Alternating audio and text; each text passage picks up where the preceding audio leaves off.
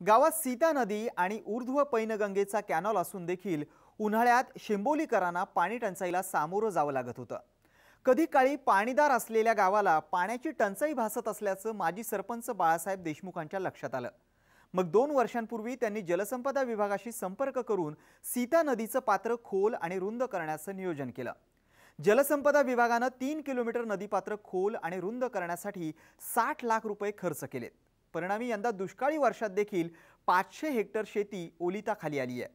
आज आपण सीता नदीच्या खोलीकरण रुंदीकरणाची पाहणी करण्यासाठी नांदेड जिल्ह्यात जाणार आहोत। नांदेड जिल्ह्यातल्या मुदखेडा तालुक्यात सीता नदी काठावर शेंबोली हे गाव आहे। ऊर्ध्व पैनगंगेच्या कालव्यामुळे इथली बहुतांश शेती ही बागायती आहे। पण गेल्या काही वर्षांपासून कालव्याचं पाणी कमी झाल्यानं आणि सीता नदी पात्रात मोठ्या प्रमाणात गाळ साचल्यानं इथं पाणी टंचाई जाणवू लागली होती। तर पावसाळ्यात गावाला पुराचा विळखा पडू लागला होता। या गावाला नदीचा पुराचा विळखा पडत होता। जवळपास 250 ते 300 हेक्टरमध्ये पुराचं पाणी वाहून जाऊन जमिनीची धूप व्हायची आणि हा प्रस्ताव जलसंपदा विभाग आणि महाराष्ट्र शासनाकडे हे केलं की याचं नाला सरळीकरण आणि खोलीकरण केल्यानंतर या गावाचा बराच कायापालट होऊ शकते आणि पाण्याची साठवण होऊ शकते। याच्यामुळं आम्ही जलसंपदा विभाग तत्कालीन अध्यक्ष अभियंता वसुमते साहेब यांच्याकडे हा प्रस्ताव ठेवला आणि त्यांनी याचा सतत पाठपुरावा आम्ही 1-2 वर्षापासून करत राहिलो। माजी मुख्यमंत्री शंकरराव चव्हाण पाटबंधारे मंत्री असताना त्यांनी ऊर्ध्व पैनगंगेचा कालवा मुदखेड तालुक्याला आणला। हा कालवा सीता नदीत सोडला असल्यानं कालव्याचा आणि नदीचा परिसर जलयुक्त झाला।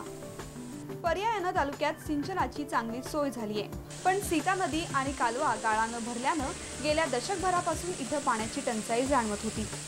ही अडचण दूर करण्यासाठी बाळासाहेब देशमुखांनी पुढाकार घेऊन जलसंपदा विभागाच्या मदतीनं 3 किलोमीटर नदीपात्र खोल आणि रुंद करण्याचं काम हाती घेतलं।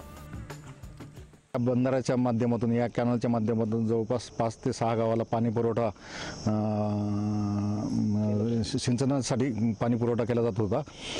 जवळपास 400 ते 450 हेक्टर त्यावेळेस हे भिजायचं, पाणी सिंचनाखाली यायची, जमीन सिंचनाखाली यायची आणि शंकरराव चव्हाण साहेबाचा एवढा मोठा दृष्टिकोन होता की आज या बंधारे 54 वर्ष होऊन गेले।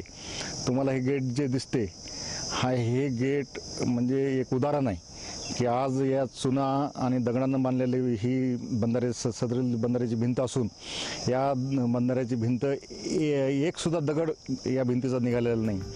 शेंबोली गावात सीता नदीच्या पात्रात जवळपास 2 वर्ष काम चालल्यानंतर 3 किलोमीटर नदी खोल आणि रुंद झाली आहे। यातून मोठ्या प्रमाणात गाळ निघालाय।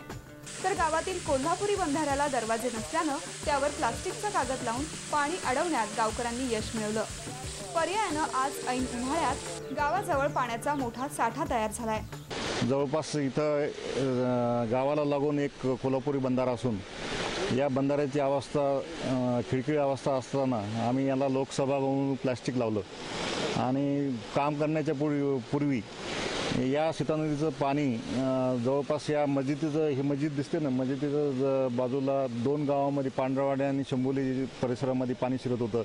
जवळपास 450 हेक्टरमध्ये पाणी पुराचं पाणी जाऊन जमीन खरडून जात होती। बारमाही पिकं घ्यायला लोक धसत नव्हती। त्या 2 वर्षामध्ये आम्ही हे काम केलं।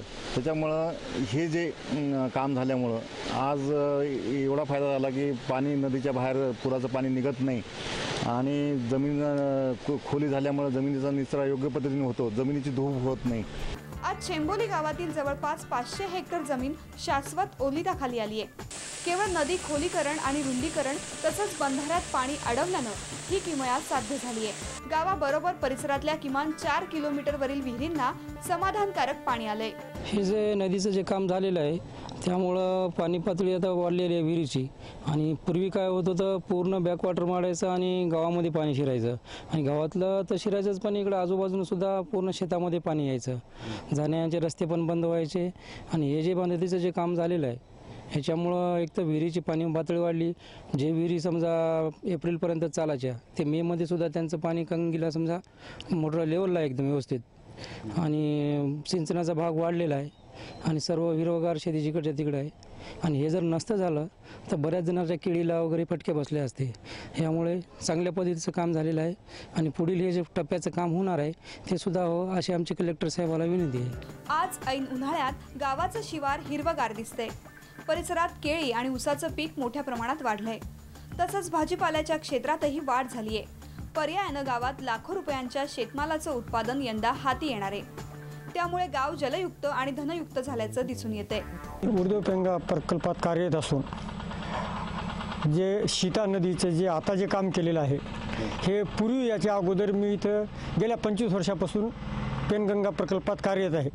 पण हे पूर्ण सीता नदी जी आहे बेसरम इतर झाडाझुडपानं पूर्ण हे म्हणजे पूर्ण ब्लॉक झालेली होती.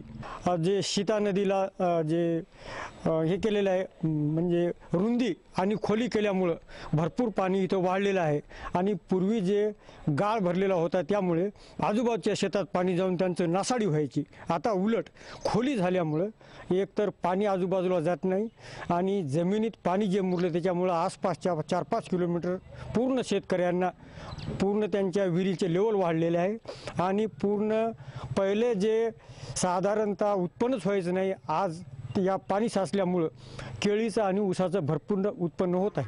ऊर्ध्व पैनगंगेच्या कॅनलमध्ये सुद्धा मोठ्या प्रमाणात गाळ साचलाय. त्यामुळे पाण्याची गळती मोठ्या प्रमाणात होते. त्याचा देखील गाळ निघणं गरजेचं असल्याचं देशमुखांसारख्या शेतकऱ्यांची मागणी आहे. आज या बंधाऱ्याचे आम्ही हे करून याचे पुनर्जीवित करण्याचा प्रयत्न करत आहोत आणि याच्या माध्यमातून जवळपास हजारो ट्रिप गाळ निघेल आणि हा गाळ सुपीक असल्यामुळे शेतकऱ्याला आम्ही प्रवृत्त केलं की पूर्ण गाळ काढून घेऊन जायचे शेतकरी तयार आहेत. आणि बाकीचं जे वेस्ट मटेरियल आहे कलेक्टर साहेबांनी जलयुक्त शिवार अभियानाअंतर्गत सिद्धिविनायक ट्रस्टच्या माध्यमातून काम करून देण्याचं आश्वासन पण दिलेलं आहे. आणि हा जर तलाव जर दुरुस्त झाला तर या माध्यमातून पूर्ण गावातल्या परिसरात 2 वर्ष जर पाणी नाही पडलं तरी पाणी साठवून क्षमता या 4-5 किलोमीटर परिसरामध्ये पाण्याचा लेवल टिकून राहील. आज शेतीसाठी सगळ्यात मोठी अडचण भासते ती म्हणजे पाण्याची. या संवेदनशील विषयाकडे दूरदृष्टीने पाहून बाळासाहेब देशमुखांनी शेंबोली गावाचं शिवारच जलयुक्त करण्यात यश मिळवलंय. नागेश राहेरकरसह ब्युरो रिपोर्ट साम टीव्ही नांदेड.